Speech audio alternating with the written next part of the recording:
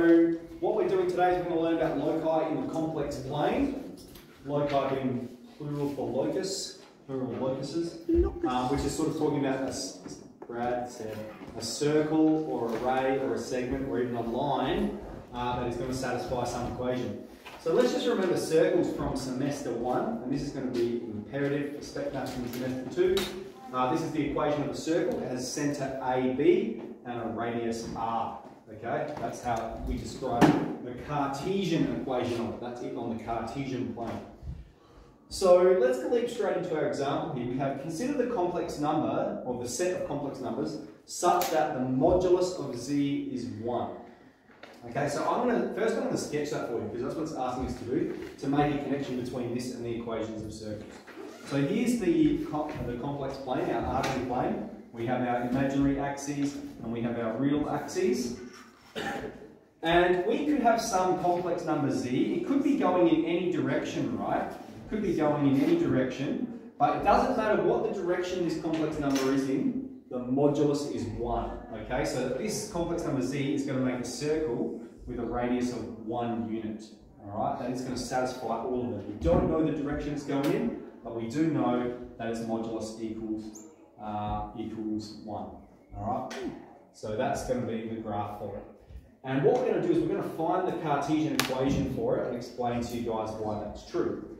So if z is a complex number, right, it's going to be of the form x plus I y. It has some x coordinate and some imaginary coordinate, some real coordinate and some imaginary coordinate. Now let's put that into this equation here. We're going to have the modulus of x plus I y equals 1. Alright. What is the formula for the modulus? It is the square root of x squared plus y squared. So the real component squared plus the imaginary component squared equals 1. And we can square both sides. And we have x squared plus y squared equals 1.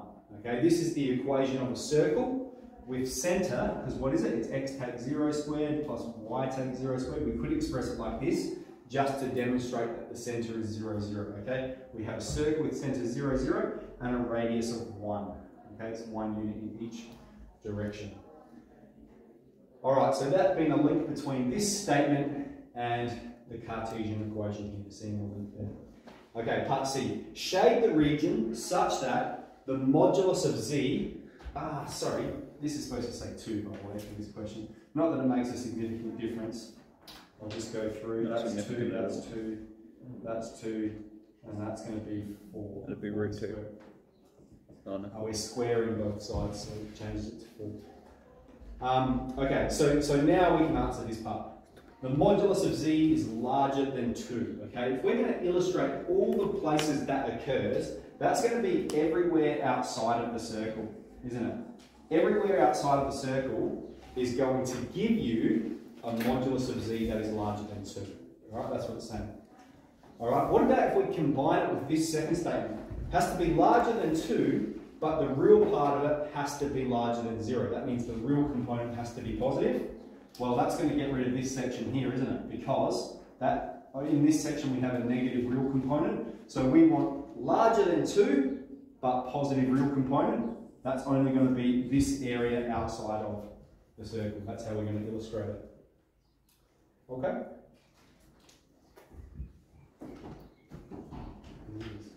So in question 2 on your booklets, you're going to be confronted with some of these, and what it wants you to do is find it in Cartesian form and then sketch it on the complex plane. So that's what we're going to do with this question here. We're going to find it in Cartesian form first and then sketch it on the complex plane.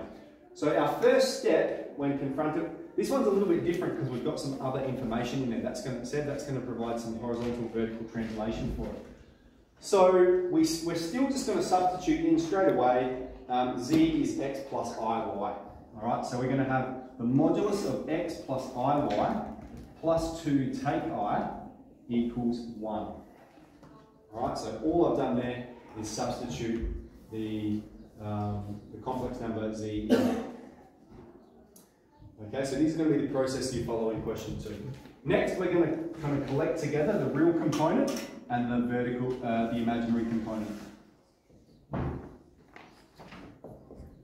Alright, so I've got the x and the 2 together, they're both real, and the I and the y, because they both have an imaginary part of them. I've factorised the I out the front of it.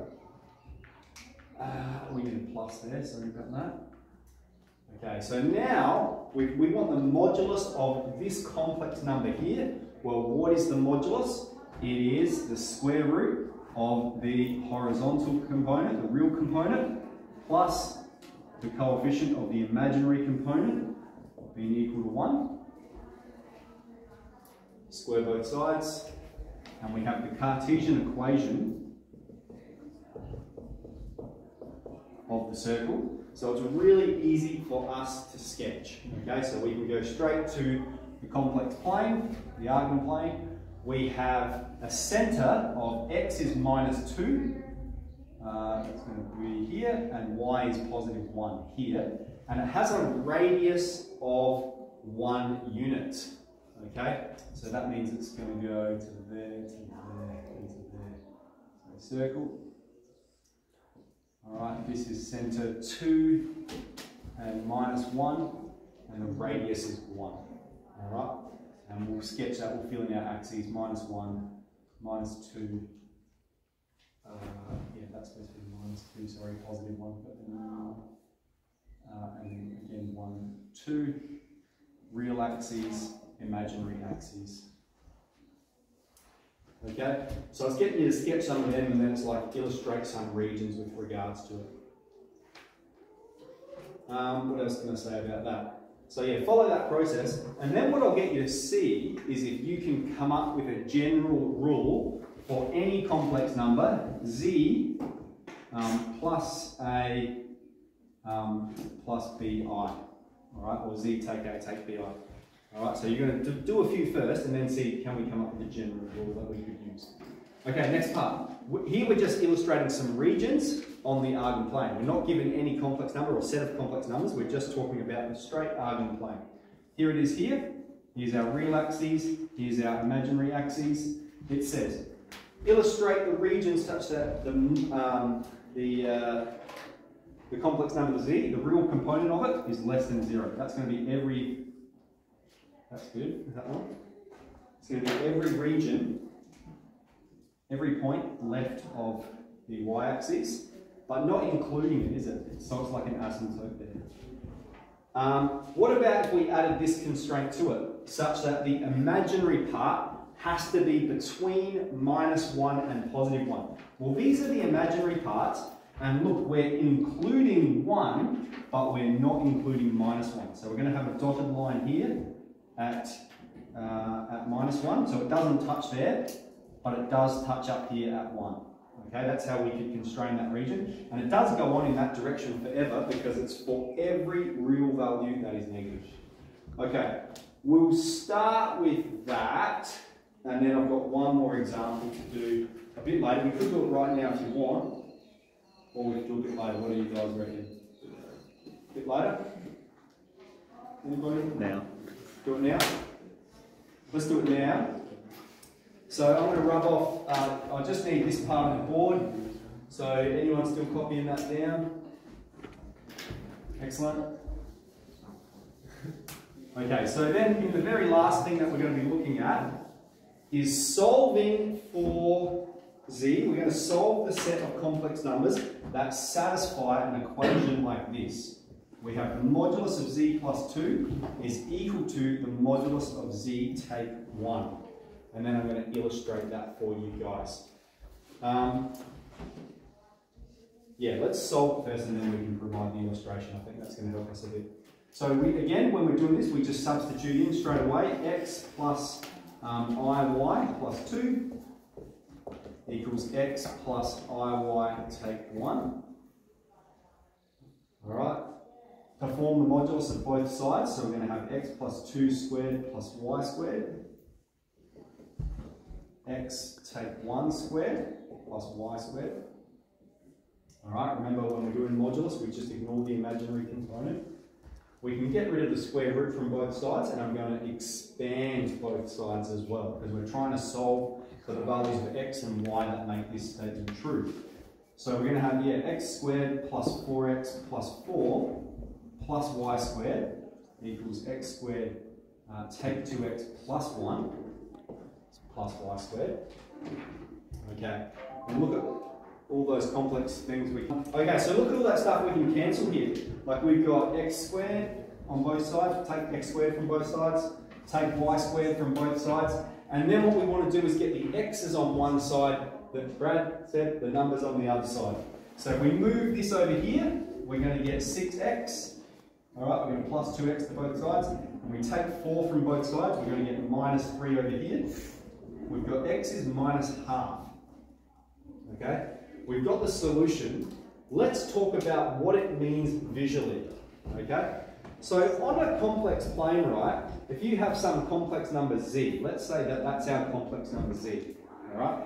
If we have z plus 2, you can think about it like a circle, it's shifting it 2 units to the left. Okay, so what that's going to become is this complex number here. We have the complex number z plus 2, and we have the complex number z take 1. That's shifting it 1 unit to the right. This complex number here.